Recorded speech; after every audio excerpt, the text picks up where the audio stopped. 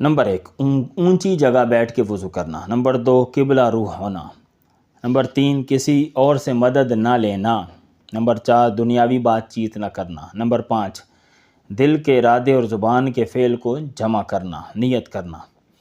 Number 6 مسنون دعا پڑھنا۔ Number 7 ہر عضو کے دھونے کے وقت بسم اللہ پڑھنا۔ جب بھی کوئی انسان ہاتھ دھوئے، منہ دھوئے، پیر دھوئے تو بسم اللہ پڑھے۔